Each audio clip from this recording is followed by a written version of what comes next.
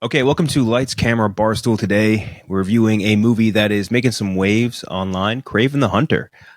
One which I will say two things about it early on. First off, we saw when we first got word of it and we first saw a trailer, we're like, this is going to be ass.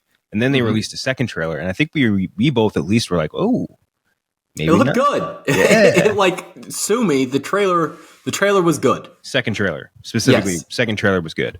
So we're going to be talking about that and then some other movie news to get to. And if you're looking at me on YouTube right now, just a shaven ass, crusty head. See that shit? Look at that. The man's got hair.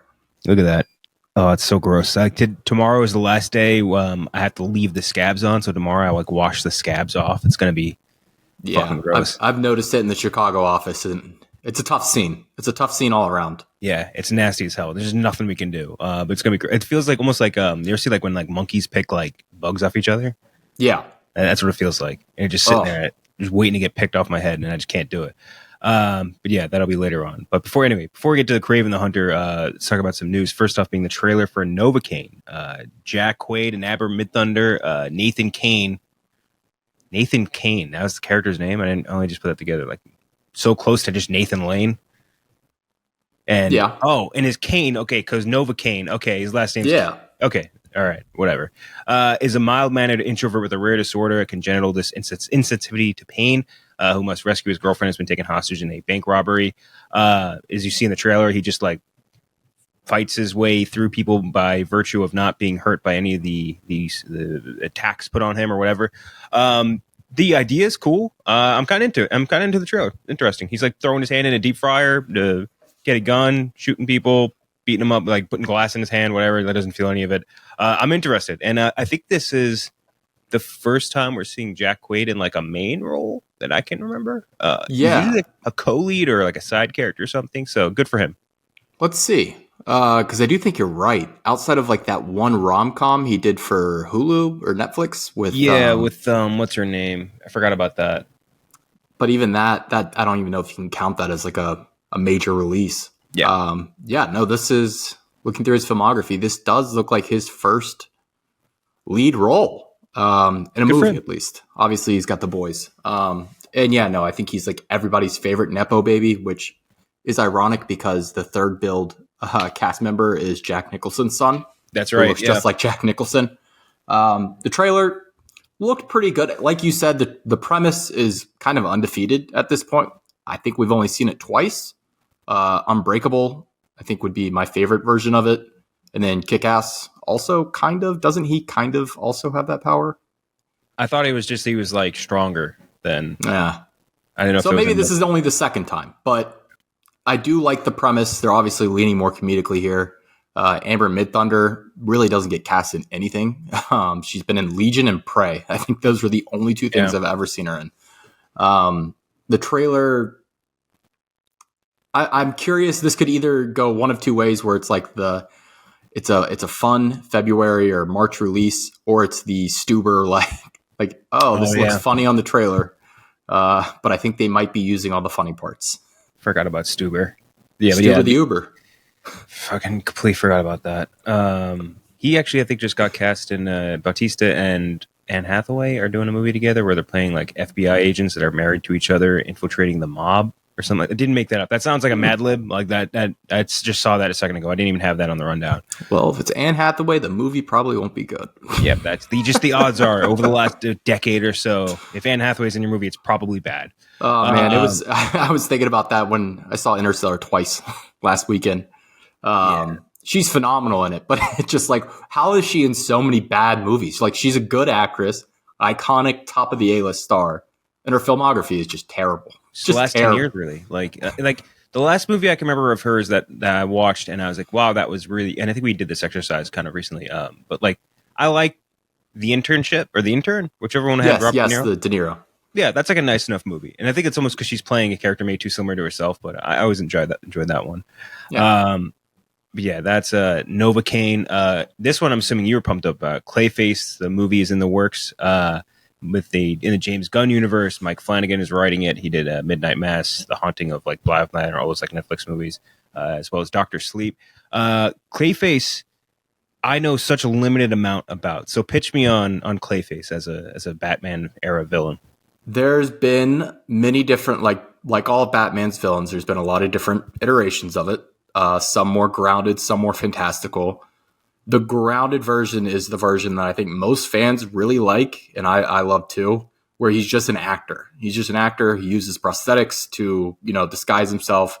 Maybe he has slight supernatural powers, but he doesn't fully turn into that full-on like clay monster that I think the general public associates with him.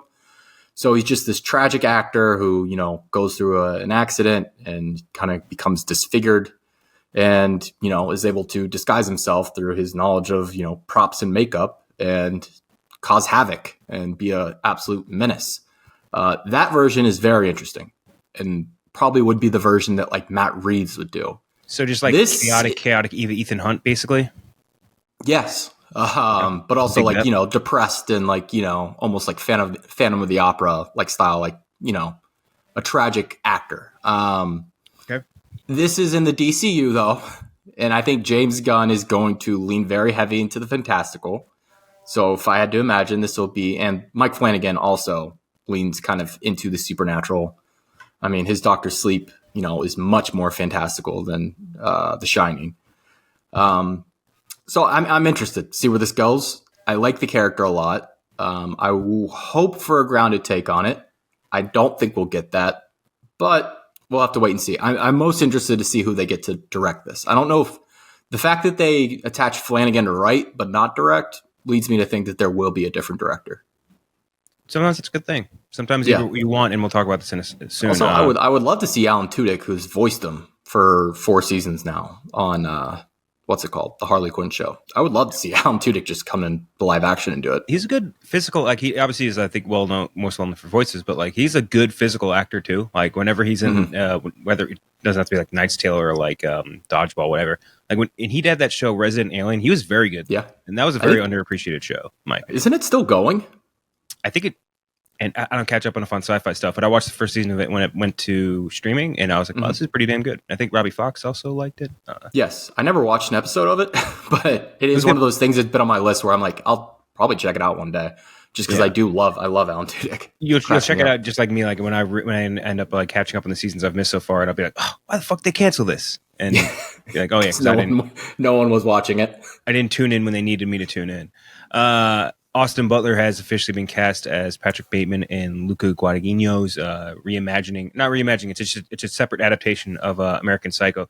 That needs to be very clear, and I feel like they haven't done a great job of making that clear in all the news announcements. This isn't a remake of the Christian Bale movie. This is just a different adaptation of the book.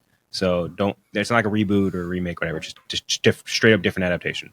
The casting, in one part of my brain, I'm like, this works, right? Because he is an actor who, like, you watch him as Feyd-Rautha. He's a great psycho. He has that energy without a doubt, no question in my mind. At the same time, I knowing what happened with Elvis, you don't want that man prowling the streets while he's in the middle of doing an American Psycho run. And just hopefully this production will be like mercifully short, like a 3-month span. But you want him method acting Patrick Bateman walking around LA in like a fucking Patagonia vest or whatever. Like, you don't want that. No one wants that. And plus, on top of that, I generally think the original name which is floated around was the superior Elvis in Nathan or Jacob Elordi. I think he would have been actually better. I think he would have been a better fit for this. But that's if man had balls type of discussion. Yeah, I think Elordi almost leans. Elordi would have been a great casting, but part of me thinks that they went with, and I don't even know if Elordi was ever even on the table, but Elordi would have been so much closer to the Christian Bale take. Like, sure. Butler is he's a similar actor in a way, but much different actor from Christian Bale. Obviously very handsome, just like Bale was. But he's much younger. I think this is a good casting. Let me just I read your blog. I think him as like the modern version of Bateman, and I'm assuming they'll go for a modern take. Guadagnino will. Big crypto bro or whatever. Yes, yeah. I think that's very an interesting way to take it. Now, the reinterpretation is what it is, and I think they have been stressing that, but that will never get through to the general public unless what they have to do is change the title of this thing. They got to stop calling it American Psycho. They got to come up with a different title for it, or else people are just going to have negative opinions going in, no matter what. And that just helps no one. Doesn't help the original. Doesn't help the new iteration. Helps no one involved. Spike Lee's High and Low remake just got a new title, which not too far off from the original title. But I do think they're heading in the right direction, calling it Highest to Lowest. That, with the 2 as a number, very Spike Lee. That's a smart move. I'd like to see them do something with the American Psycho title, which is so small of a issue to bring up, but I think it matters. I think it matters to the general public, and especially how people perceive it just right off the bat. Yep, I couldn't agree more. I wonder how much gayer this movie gets. Oh, this is going to be incredibly gay. I think so, the fictional movie obviously has the undertones, written by a gay man, directed by a woman, but for some reason, again, always just it has captured the imagination of the Red Pill movement. It's like their Batman signal or whatever, despite all that. But I think with Luca in charge, Luca's the gay movie director. You know what I mean? You want a movie that's about gays, Luca's your guy. So I think that this will definitely lean more in that direction too, gay crypto bro or whatever. So it's funny too. That's the other thing I want to see. Butler has not shown can he be funny? I have no goddamn idea. I have no idea. That is a different kind of acting. He can obviously dramatically act, but comedic acting is its own game. And you've seen time and time again, dramatic actors sometimes cannot come into that space at all. Whereas comedic actors have much more success going over to drama. Yeah. There are some funny scenes Fade Rotha has. And I don't even know if it's intentional, but the scene where he stabs the guy and he's like, bring him to my room for later. That made me laugh. What do we do? Dude, I rewatched Dune 2 3 times during the trip to Turkey. Just I watched it twice in one plane ride. I watched it and then watched what did I watch in between it? I think I watched Oppenheimer in between it, and then I watched Dune 2 again. It's just, damn. Tell you what, I love the Timmy C speech at the end. It does not hit the same on a 10-inch screen as it does in the theater. That's American Psycho. First trailer for 28 Years Later came out. Danny Boyle coming back. Alex Garland came back to write it. That's one where I didn't realize this. I thought that Garland had also written 28 Weeks Later. He had not. He had left it for 28 weeks. Somebody else wrote that, which was, to me, at least an inferior movie to the original, which is an amazing, one of the best zombie movies ever made. So Garland came back to write this one. It's a pretty cool cast. Aaron Taylor Johnson we'll talk about later. Ralph Ray Fiennes, a couple other good.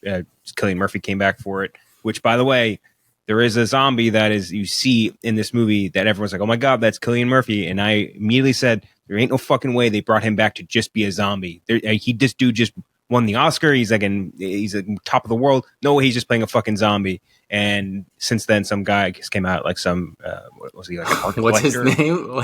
He had a weird ass name from Angus Neal.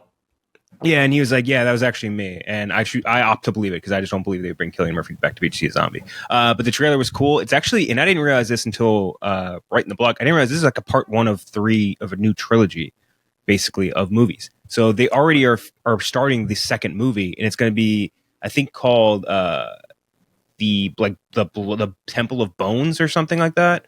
Oh, because that Temple of Bones in the trailer looks unreal. That's such really a cool set. Yeah, really, really cool. So let me just double check. Yeah, so this movie is apparently part of the new trilogy with the sequel 28 Years Later, Part 2, The Bone Temple, which is in development. And apparently they want Nia DaCosta to direct that one. But which is weird. I like Candyman, but as long as Garland is writing, I think that's the secret recipe there. Yeah, but the trailer for this looked cool. They don't give you a ton, just a couple really quick flash images of shit, which I think is smart. I don't want anything really spoiled about it. The premise of it, I feel is still kind of up in the air. They just said, sometime after the events of 28 weeks later, the rage virus has returned and a group of survivors must survive in a world ravaged by hordes of the infected. With the way that the rage virus works, I don't know how this totally applies because they're not technically zombies. It's just infected people, and they die the same way humans die. They starve to death. They if they don't, they dehydrate. I guess they die regularly. So I don't know how that virus stays for 28 years, but I'm assuming we're going to find out, or maybe it just causes societal collapse and then comes back later. Whatever. Very, very interested in this movie, especially since all the major players are coming back. And Alex Garland, you know what? Maybe I think I like his writing a lot. Maybe I just like a little bit more than his recent directing. So very excited for that. Well, he's done directing now, isn't he? Isn't that what he said? He's like, I'm done doing it. I don't believe in anything these people say, man. Well, as a writer, I'm with you. He's just a phenomenal writer, and when he gets into the sci-fi space, especially, like he just dominates. Aesthetically, this looks amazing. I hadn't seen the trailer. Actually, I'd posted it everywhere, but hadn't watched it yet until last night before Kraven, when it was the final trailer before the movie hit play. And on the big screen, goddamn, that got the juices flowing. That'll be one of next year's biggest releases. For sure. I wasn't sure if like the general public was going to be for this, because the first one is definitely like cult status, like smaller release. I mean, it was shot on like digital cameras, like standard definition digital This cameras. one's shot on an iPhone. They say that. I don't think that was shot. I saw the picture of it. They made a point to like point it out, like, yeah, it's an iPhone, but it's connected to about like 800 different machines. So yeah. But looks great. What surprised me was the general public does appear to be on board with this. Fandango released that, top 10 most anticipated of 25 from, a survey of like 10,000 people. 28, and this might just be because the trailer dropped like a week before they did the survey, but the movie was, I think, top 10. It was like number 7, which is crazy. And Aaron Taylor Johnson. We're going to talk about him in a minute, but it sounds like Nosferatu is a hit. It's good to see a talented actor finally like him, maybe being in some good movies here on out. Good franchise, I would say, like that he is a major part of. Also, I didn't see Jodie Comer. Did you see her in the trailer at all? No, I don't think so. She's second billed.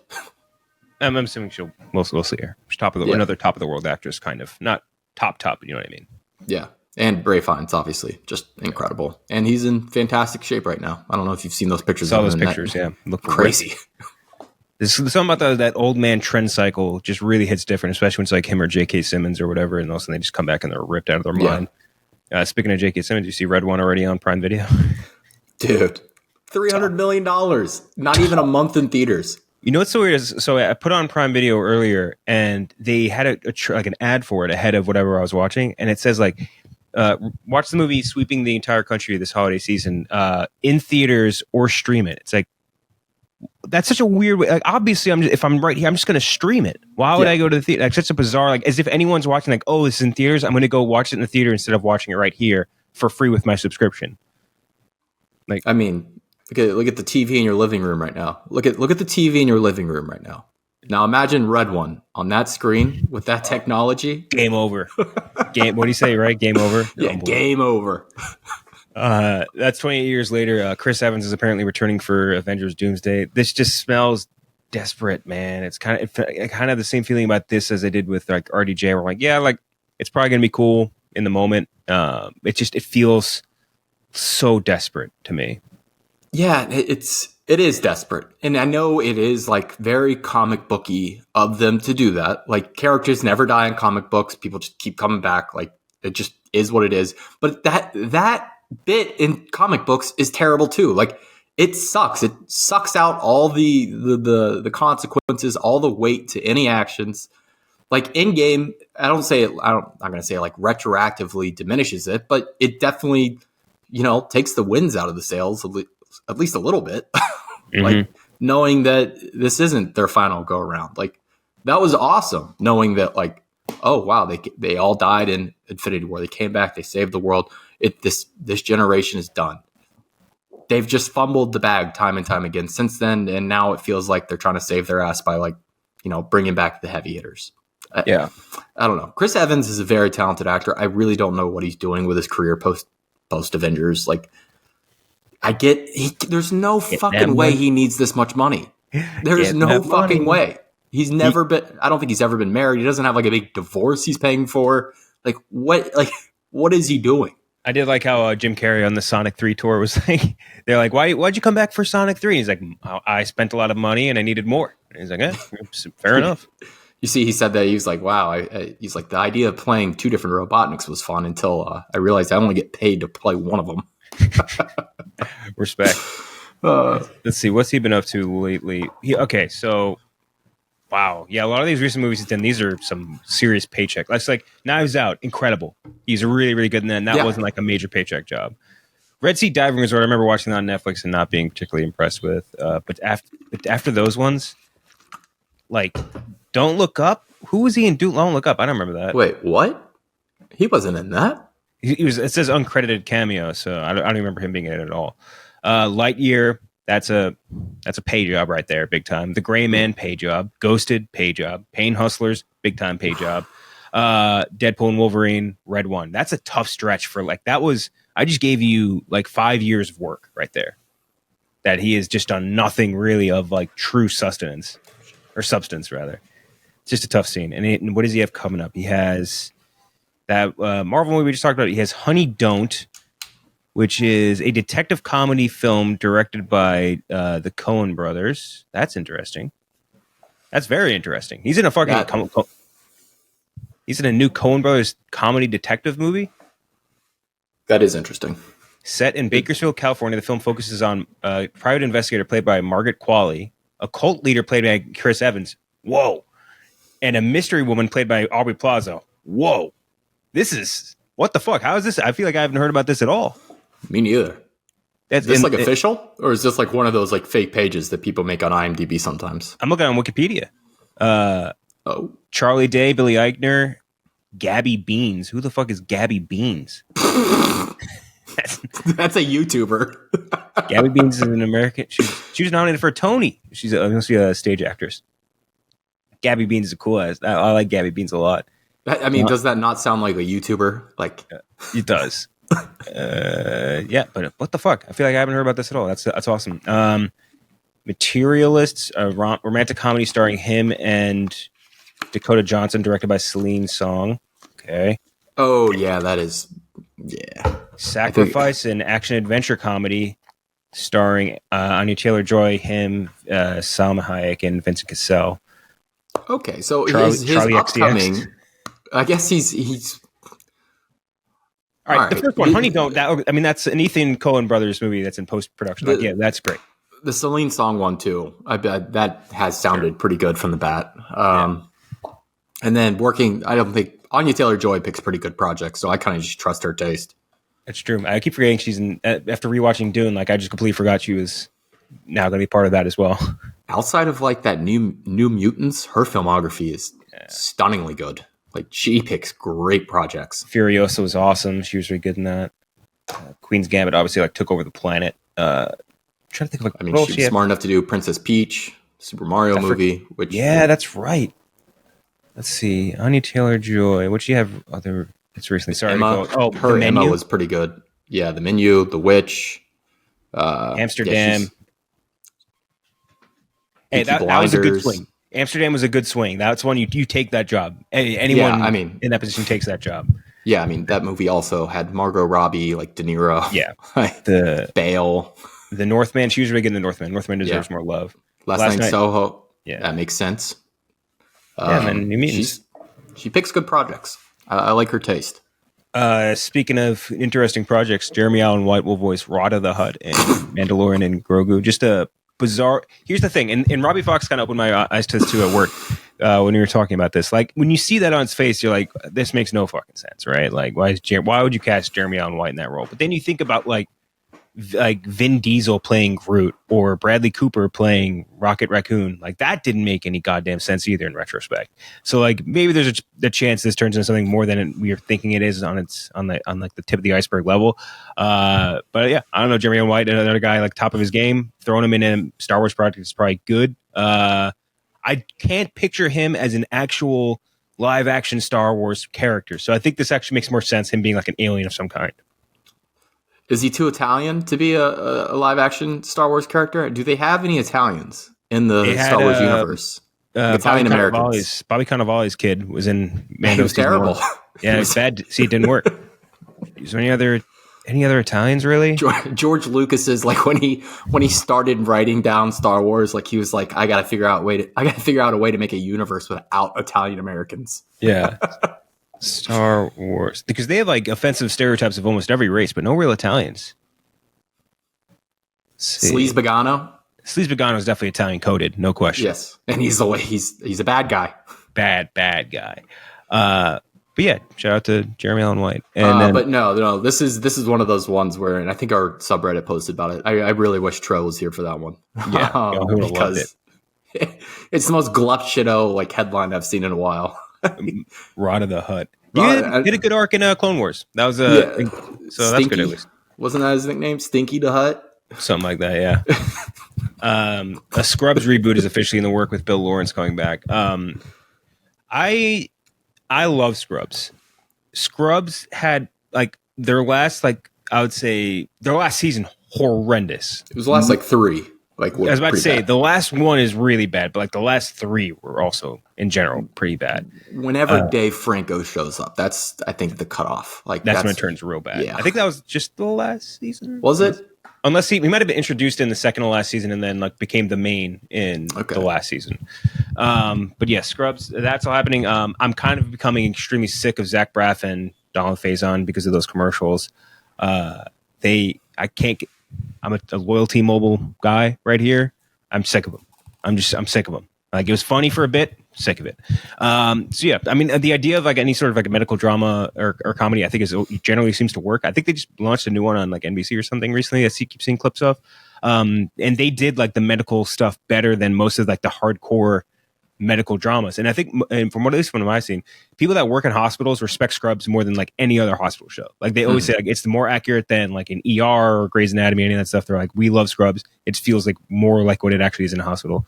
So I like it. This will depend a lot on casting, who you're bringing back, who you're leaving. Like does John C. McGinley come back? I don't know. I don't know what you do here to make this fit a more modern era. Yeah, right off the bat, you have to get John C. McGinley back. I think you have to have him.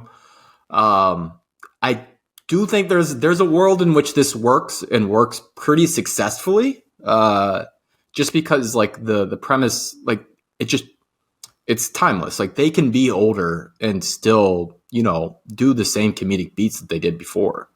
Not a lot of it depended on them being like young. I guess they were interns, but they'll still have a boss no matter what, so they'll get yelled at. You need to get Carla back too. She was gone for that final season. If I remember right. Which she was just in what's that Lindsay Lohan movie? She came out of nowhere. I was like, holy shit, she's in this. She'll show up randomly things, yeah. Yeah, I do think this works, or at least there's a world in which this can work. The Bill Lawrence formula for these sitcoms is kind of undefeated, and that's his like Apple TV deals kind of shown that. Like, I didn't love the last 2 seasons of Ted Lasso. Most people did. They ate it up. People have eaten up Shrinking. Cougar Town had shooters. The Scrubs. Yeah, Cougar Town went on for like 5 seasons. Listen, it had shooters. But Bill Lawrence, being back on this works. Brett Goldstein, I think, is going to be writing. There's a lot of interesting things here. I'm optimistic, but I'm also like, I really hope this doesn't suck. Because like the T-Mobile commercials getting on my last nerve. I don't want to hate these two. You know what I mean? Me too. Yeah. Like I want to have fond memories of them. You have good reason to hate Zach Braff, I guess, but nothing for Donald Faison. We've moved past it. We have? Yeah. That's good to hear, at least. Also, I saw it. This isn't on the rundown either, but Malcolm in the Middle is doing like a 4-part reunion show or something like that. I think that's a smart way to do I really like that. Yeah, like that's a beloved sitcom, and instead of like, hey, let's stretch it out and do it over a whole new seasons, new characters. Okay, it's just 4-part reunion. We'll get all the big guys back. I don't know who all is going to be there. I don't know what the deal is with the one brother because the oldest brother in that Masterson is not the bad Masterson; it's his brother. So I don't know what his deal is with all this. I think that the kid who played Dewey doesn't act anymore. I think the same thing with the guy who played Reese, but obviously Frankie Muniz is still running around. Bryan Cranston, top tier guy. I don't remember who the actress that played the mom, but I saw her in the video as well. So yeah, good for them. Yeah, and Bryan Cranston, I think for like 3 years has been trying to get this off the ground. So yeah. That's another thing where it's like somebody's it's not like some boardroom was like, can we bring back Malcolm in the Middle and see who we can get to come back? No, this is like Bryan Cranston like has been spearheading this for a long time. And yeah, it's funny how much he loves that show and how much he loved his time on it and like all his co-actors. because his most iconic character by far is Walter White. Right? That's what he'll always be remembered for. But he just loves Malcolm in the Middle. Show. And he loved being a sitcom dad. I rewatched it kind of recently. It's still so funny, so funny. Not one I ever got into. It's good to rewatch it, or well, not rewatch it. I guess it's a good modern watch, like stuff that's funny and that is still modernly funny. And there's one episode which I rewatched recently where it's him, like he finds a group of bodybuilders at like a park, and they're all like hyper muscular. It's like rich piano, like all these like Jay Cutler, like all these like well known like bodybuilders. The bodybuilder Jay Cutler, not the football player Jay Cutler. And like they're all like meatheads and don't know how to do anything. And because he knows how to do these basic things, they treat him like Lisan Al Gaib. And like it's such a funny episode.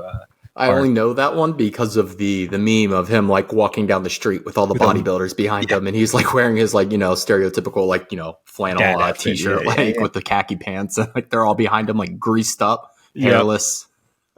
Dude, that's such a good episode. Anyway, that's our reboot news. Now we can talk about Kraven the Hunter. They had to fix the fucking the synopsis for this. Kraven has a complex relationship with his father, which sets him on a path of vengeance and motivates him to be the greatest and most feared hunter. They're basically saying like, hey, this dude has daddy issues, which is true. This movie is driven by daddy issues, more or less. J.C. Chandor directed it. He did Margin Call, Most Violent Year, just a weird filmography to be throwing this on there. Aaron Taylor Johnson, Russell Crowe, Fred Heschinger, Ariana DeBose, Christopher Abbott. What the fuck, man? That was bizarro. That was one of the most. We'll get into that. We'll get into it. Yeah. Well, he's even fucking edging us or the JOI tutorial. Chris Abbott. What the fuck was that? Alessandro Nivola too as the Rhino. Okay, so Kraven the Hunter. I think this one. I'm so sorry. His superpower was counting. Yeah, it was. It was the Foreigner. What a great name. He had that shit on though. He did. There's no question Christopher Abbott had that shit on. All right, sorry, I'm done. So Kraven the Hunter. It is a very frustrating movie to watch for me anyway, because throughout the movie there are parts of it which are really cool and really work, and I'm like, wow, this is awesome. I wish more superhero movies would do shit like this. But then those parts are so scattered and far in between, and like they're such like an exception to what the majority of the movie is, which is generally like kind of boring and scattered and like trying to do too many things at once. And what is like a pretty, I would say it was a mercifully, like it's only 2 hours and 7 minutes or something like that. But like it either needed more time or they needed to cut a lot more shit out, because the way that they did it, there's too much shit going on and it really detracted from the pace and the overall feel of this movie and all the development and all that as well. So not a huge fan of Kraven the Hunter. I don't think it's like a fucking 7% or even like 14% like the Rotten Tomatoes people were saying. Like if I would throw a number on this, it reminded me a lot of like those pre-Marvel superhero movies, like a Daredevil or something like that. Like which Daredevil is way worse, but like it reminds me of that era of superhero movies. So I would put it closer to like in the 40s or something like that. But we'll dive deeper into it. Yeah, no, I'd go 50, like right down the middle. It is like the ultimate. It's funny, this is the last one because this is like the ultimate Sony, Marvel movie experience. There's some very like, surprisingly cool stuff. And for as bad as these screenplays have been kind of across the board, they look good for the most part. Like these movies kind of look really good, and especially when they're not using the powers. It's shot well. A good lead performance, some solid, mixed bag of like supporting performances. I thought Ariana DeBose was pretty solid. Fred Heschinger also solid. Russell Crowe was there. He was there. He was definitely there doing a voice. But yeah, just the ultimate Sony Marvel experience of like whiplash between storylines. Is this good? Is this bad? I don't know, but I think I'm going to miss these. I really do. It provides a little, if nothing else, it provides a little bit of diversity from like the MCU and DC doing their own thing. Like this is like a weird middle ground of like, just what the fuck is going on over there? I don't even know how to explain it. It's not even like it's like the like AFL or something like that. It's like it's like that. What was that one that they did? The Alliance of American Football or whatever. Yeah, It's like, what the fuck? What are these guys doing? What's Ben DiNucci doing on a Saturday night playing football in spring? Like just like bizarro. But yeah, we can talk about, I guess, what works here. And I think that like what really I thought, I was while watching, I was like, wow, I wish more superhero movies would do stuff like that. I think the action looked great. Like when they're fighting, like there's a fight sequence going on, it looks awesome. Bloody, violent, cool kills. Like I think the physicality of the superheroes involved, like I think they did that sort of justice. Just lots of really good goon kills, and I really, really enjoyed that a ton. Yeah, and it was like kind of the perfect setup for it because it's all Russian. So you just got Russian goon after Russian goon, a Turkish goon, Getting impaled, thrown got it all. But yeah, no, fully committing to it was rated R, right? Had to be. They're so bloody. Fully committing to that was the correct decision. I cannot imagine how bad this movie would have been without that R rating because it really let them go let loose on the fights. Aaron Taylor Johnson's powers, which I still am somewhat confused by. I'm confused by everything in this movie, but this feels like for as much as he used his powers, I should know what was happening. I still don't really understand what his powers were. But so I described it in my thought process is that like he's basically like he has the physical non-web powers of Spider-Man. He has the non-Spider-Man powers, but he has no finesse, basically. Okay. You know what I mean? Like he has all like that strength and durability. Although I think he could get shot. Although I think Spider-Man can get shot too. So he has all that shit, but he doesn't seem to have a healing factor, and he has none of the spider crap. But that was it. That's how I felt about it. Yeah, I see. How I felt about it was like that scene in Hot Rod, or the running gag in Hot Rod when he keeps lining up to do a stunt. And I'll be like, eagle, like spear to the eagle. Yeah. Like that's what I was thinking. Like he's like, let me be a cheetah now. I'll run as fast as a cheetah. Yeah. Now I can see like a hawk. That's what I thought. But regardless of like how it actually worked, it looked cool.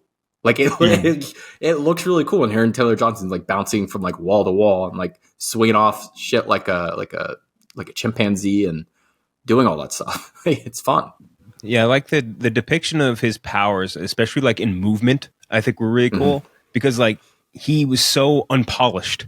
You know what I mean? Like so like raw versus like, again, like when you see like Spider-Man swinging around the city and he's like dodging and dipping and diving and like this dude's just like sprinting and knocking into shit and like he can't fully control like his speed or strength. I kind of like that. And I think it looked cool. It looked more natural. I think from like and less like fantastical, if that makes sense. It's like, hey, if you actually gave a human like 3x speed and 2x strength, like what would it look like? What would they actually like how would that work? And that's what I think it would look like.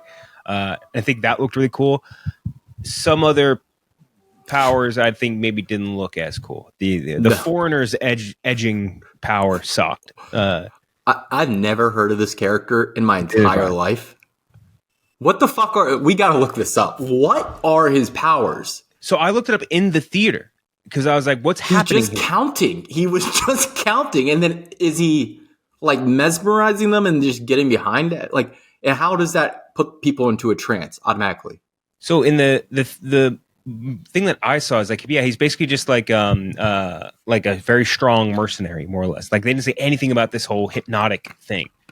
And from what I could tell, just looking at his wiki now, like I don't see anything about that either. It's kind of the same thing. He just fights fights like Spider-Man, works for Kingpin. But I don't see anything about this like powers. They also imply that it isn't his voice that's doing it's his eyes. It's his eyes. So why is he counting?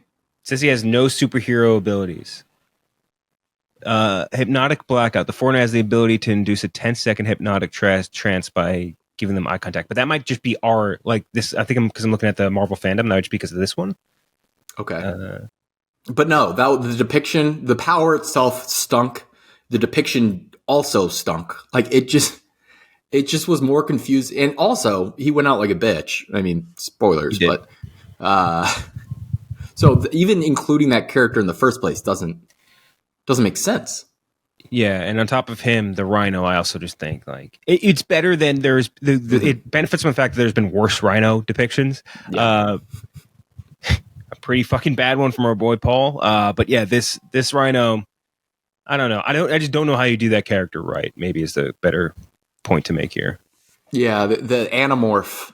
No matter if it's a comic book movie or like what have you, like Animorph like transformations, just they You can't stop halfway, is what I'm saying. Like, anytime you have that weird human-animal hybrid look in live action, it looks so fucking weird and so unsettling. And, of course, that's what you had here. Like, it just looks so fucking weird. Like, yeah.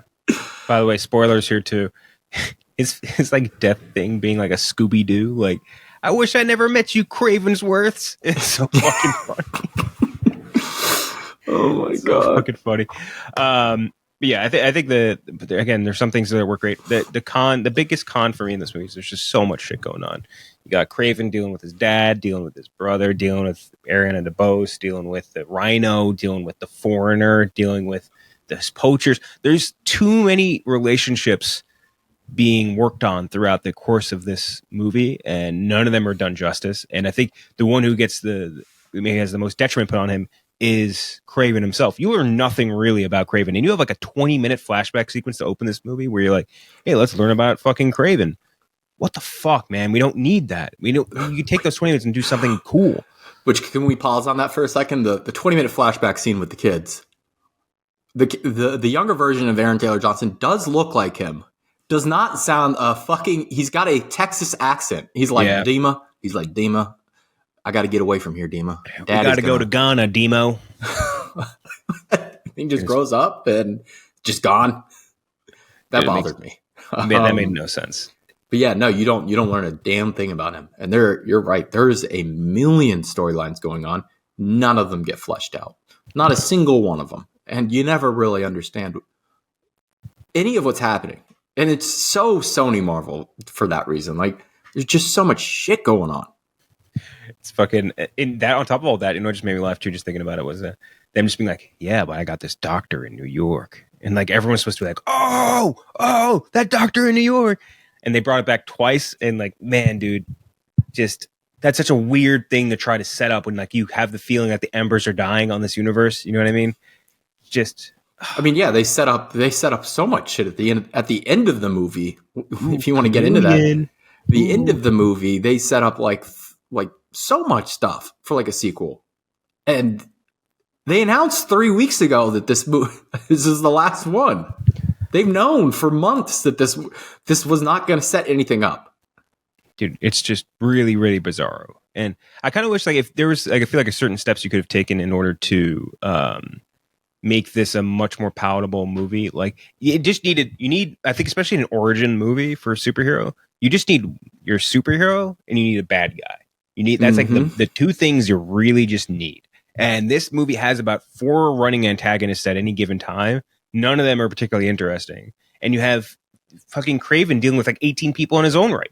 And like all these stuff that are familial issues. Like this just needed, you give us one villain. If that's Crow, great. If that's the Rhino, great. Like do one of those two. Don't make us work through 15 different things. And this, I think, would have been a significantly better movie. And if they had more action, because there's so many lulls in this. Like every time there's an action sequence, I'm like, damn, this is sick. The chase scene in London, I thought was awesome. Like that sequence is great. The final fight, where I think was kind of a buzzkill, but parts of it are really cool. All the scenes where he's fighting in Russia look great. Like just focus in on that. You could have made this almost like John Wick. You know what I mean? Like just hey, here's. That's exactly right. Like strip away these storylines. Strip away you're not good at doing these scripts. Yeah. Make it as bare bones as possible. Present the movie like start out. Here's a reason why he is going to make this list and go kill these guys, and then show him go kill those guys. And like that's it. That's all you needed.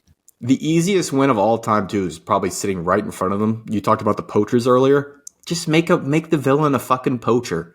A big like some guy who's obsessed with poaching. And then you got an easy, anti-hero to root for. You want to see the poachers get killed, and you just watch that for 2 hours, hour and a half. Show him fucking like you could even do the Wick and make it like little kid Kraven shows up in Siberia and he raises that that snow leopard from a cub, and that cub gets killed by the poacher in the beginning. And oh wow, now he has to go kill up his way of the ranks until he can kill this poacher. Boom, done. It would have made. Simplify. How else are you going to get the Rhino in the movie? And Vlad, I don't even know what Russell Crowe's first name was in this movie. Sergey. No, Sergey was him. Yes, Sergey was him. Kravinoff was I think that's the only thing you would call him. Why did they think it was so funny that he was going by the name Kraven? I don't, because Kraven means coward, but like I don't know why. Like I don't know. There's a lot about it I don't totally understand. Oh, I guess so. Yeah, And he still kept just calling him dumb. a coward. I did like, by the way, the ending where he puts on the cool ass line main coat and he sits there and does like the What was that? there's so much weird shit in this movie. Like he spends the entire runtime talking about how much he hates his dad, and then he kills his dad, and then he gets one letter from him. Like he's like, "Look what I made for you." Out of the line that you did not want me to kill with a gun, Yeah. I carved him up and made a cool ass jacket. And he's like, "Damn, I hate my dad." Damn, maybe my dad was actually a pretty cool guy. But this jacket, and it wasn't even like it looked like the jacket that like it was almost like a half jacket. Like you remember like what's his name more when he would fuse like was it Gotenks? Like yes. It looked like the Gotenks jacket where it's like it ends at your midriff. It was so fucking weird. But yeah, anyway, that's Kraven the Hunter, a movie which I feel like could have been better. Would you listen. Would you want to see any, because I actually do think Aaron Taylor Johnson's kind of like this Kraven character is pretty fucking cool. Like I would not hate seeing him in a Spider-Man movie. Like show up in the next Holland trilogy, which is so strange that they have a Kraven spinoff, by the way, because he's like not even a top 5 Spider-Man villain, like maybe not even top 10. So having his own solo movie, but putting him in like as the villain in a Spider-Man movie, interesting. Would you want to see him back or anyone else from this, failed Sony experiment? Like, do you want to see Tom Hardy's Eddie Brock come back? No, I'm so fucking sick of Venom. I don't think I ever want to see the character of Venom for a very long time. Just so sick of it. I'm trying to think of anything else from like the Sony verse, like not counting those Holland. 3 Spider-Women. No, nothing from that. What else am I missing from this Sony? Let's see, Sony Morbius. Nope. Movies. Let's see. Sony Spider-Man universe. Where's the list? I feel like there's one big one we're missing. No, we actually just pretty much hit all of them. Venom, Venom 2, Morbius, Madam Web, Venom the Last Dance, Kraven the Hunter. Oh. Yeah, so like I'm good with pretty much all of that. Although I would say out of all of the characters in here, the one I would want to see more of is definitely Kraven. Like if they're going to bring him back and do something with him, sure. I don't. The problem now is maybe that like he doesn't get the pop that you might want out of like one of those like character reintroductions into the universe. You know what I mean? Like it's not like you're showing like Patrick Stewart coming back as Professor X. It's just it doesn't have that same level. But I think he's cool. Him in Secret Wars would be a very funny. Yeah, like that. You like Tom Cruise's Iron Man shows up. Like you get RDJ back as like 2 different characters. Chris Evans back as Captain America, and then just fucking Kraven the Hunter. Kraven the Hunter shows up on screen. The crowd goes wild. He could be him and Quicksilver, a different Russian superhero that he's played. Yeah, I could see. I bet he does show up as Quicksilver. Actually, yeah, that would have been a safe bet. Yeah, but yeah, that's the Kraven the Hunter. What else we got coming up soon? Nickel Boys. I keep seeing the trailer for that, and every time I see it, it looks like a little bit cooler. But I don't know exactly how that's going to work. People who saw that, and I kind of regret not seeing it at the New York Film Festival, but people who saw that there, like, came out and said it was like one of the top 5 movies of the year. So, and it's held serve. People keep saying it's amazing. War the Rohirrim, probably the Last Showgirl from Coppola, Gia Coppola. Mm-hmm. Which picked Sonic up a Golden Globe nom. 2 of them. Sonic 3 not watching. What? I think after Sonic 2 I was like, all right, I get it. Dude, have you seen Shadow? Have you seen Shadow the Hedgehog? He's got a fucking gun. He's got a gun. You know how ridiculous that is? Maybe Mufasa next? Mufasa or Baby Girl? Yeah. Baby Girl comes out, doesn't it? Honestly, like Lord of the Rings, War of the Rohirrim should be the one. That's just us. I don't think anybody's gonna see that movie. Apparently not very good either. Just doesn't help. Yeah, that's a bummer. Yeah. Not just because like I want to see good Lord of the Rings, but like none of these franchises, like this is a kind of a big risk, and it feels like if it bombs and is bad, none of these other franchises are going to take like that kind of swing. Yeah. I'll definitely. I think we should try that one though, just because it's a perfect intersection of our interests, so to speak. Have you been watching Skeleton Crew?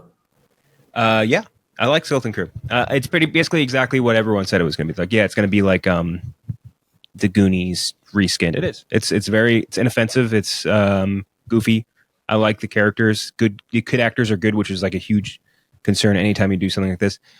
It's kind of satisfies the twofold thing where it's like, hey, I'm watching this knowing that this isn't for me. This is obviously not an adult show. This is a kid's show. And at the same time, I'm having fun with it. So good. Win-win for me. Yeah. I'd say it's even less kids as much as it is like it's family. It's definitely targeted for like parents to sit down with their kids and watch. Nothing wrong with that. Like you said, they were very upfront with like the marketing behind this. Like I think they even personally said it's like Goonies, which somebody in our comment section the other day was like, wow, was there a memo to say it's like Goonies? But like when you watch it, it really is. Like it's kind of dead on like Goonies or like Stranger Things. Little kids going on adventure versus pirates. That's Goonies. It's a description of Goonies. There's only 2 episodes out so far, right? There is. That's all I've seen is 2. Third, I think, came out. I'm trying to think because I watched the screeners, which I believe had the full season, but I only watched 3 of them. I think we're on the third one coming out Tuesdays, right? Tuesday nights. Okay, so the third one did come out this Tuesday.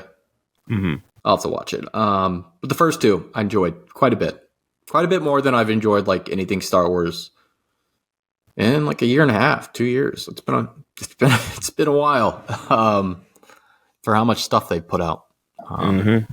Get a decent amount of time. But yeah, we'll do War of the Rim next week. But until then, this should be pre-Christmas. But in case we don't see you, have a nice Christmas. See ya.